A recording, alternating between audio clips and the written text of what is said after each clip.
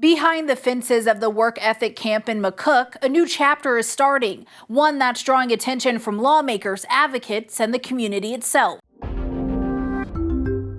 The work ethic camp, now being repurposed as the Cornhusker Clink, has passed its final inspection by U.S. Immigration and Customs Enforcement, according to the governor's office.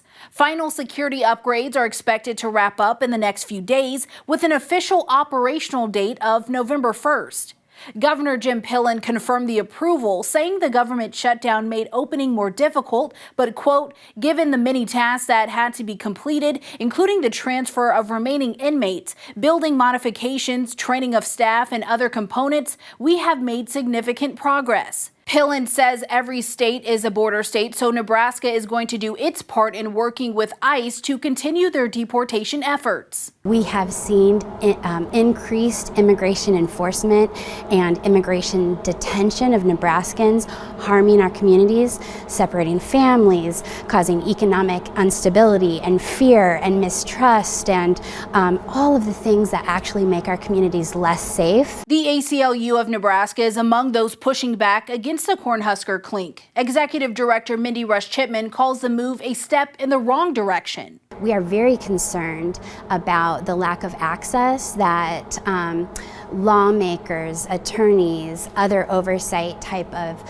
groups and individuals would have to the facility. A new contract between ICE and the Nebraska Department of Correctional Services makes it possible. The agreement allows ICE to lease space at the low-security facility built for state inmates focused on rehabilitation and job training, but NDCS maintains ownership of the building.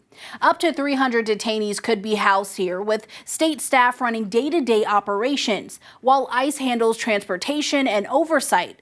WEC is open, originally designed for inmates nearing release, and that's where questions begin. How will ICE secure a facility built with more open space than cells? According to NDCS, the detainees moving in will have minor criminal records or nonviolent charges. They will not be allowed to work in the community. The facility is surrounded by a fence and now includes an intruder detection system. The perimeter is monitored by an armed patrol staffed by NDCS officers. State officials say 65 new positions have been added, including medical personnel to handle daily operations. The average stay for each detainee is expected to range from 5 to 45 days. Nebraska's prison system remains in an overcrowding emergency, one of the most severe in the country.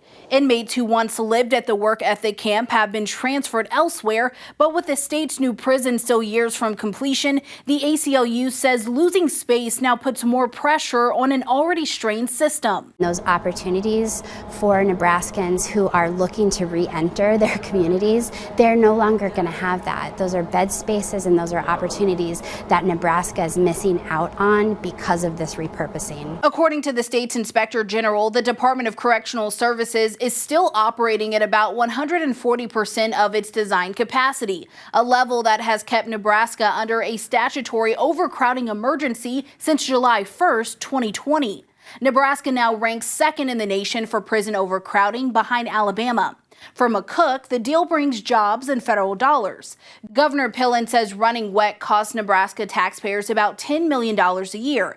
Under the new agreement with ICE, the state will be paid just over $2.4 million each month to operate the facility. When you factor in staffing and services, the deal is expected to net Nebraska around $14 million per year in revenue.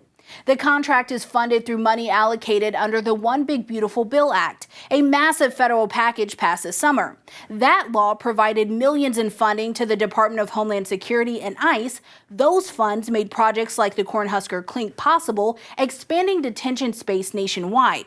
Despite the financial boost, the facility's rural location raises questions about how detainees will attend court hearings and access to legal services. McCook is several hours away from our metro areas in Nebraska where a lot of immigration attorneys practice, kind of around the Omaha Immigration Court, and so that's a concern. Rush-Chipman says recent raids in Nebraska show what can happen when detainees lack access to lawyers or family. She points to the Glen Valley raid earlier this year, where dozens of undocumented workers were detained and couldn't contact their attorneys or loved ones for days. The ACLU also worries about conditions inside the facility once it opens. We've heard human rights abuses happening in ICE detention centers across the country.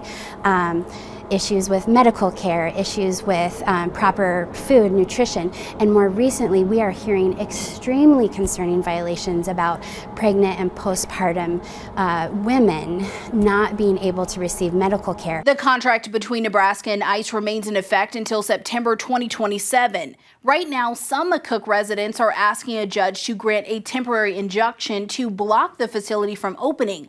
A ruling from the district court is still pending. For Straight Arrow News, I'm Kaylee Carey. For more stories based in Nebraska, visit san.com or download the Straight Arrow News mobile app today.